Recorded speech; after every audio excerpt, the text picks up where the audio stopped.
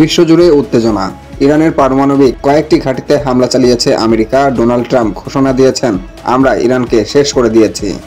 এই হামলা কি বিশ্বযুদ্ধের দিকে নিয়ে যাচ্ছে? মার্কিন যুদ্ধবিমানগুলো ইরানের কয়েকটি গুরুত্বপূর্ণ পারমাণবিক স্থাপনায় হামলা চালায়।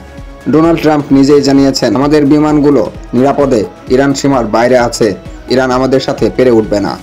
আন্তর্জাতিক মিডিয়ায় দাবি করা হচ্ছে, ইরানের কয়েকটি পারমাণবিক রিসার্চ সেন্টার সম্পূর্ণ ধ্বংস হয়ে গেছে।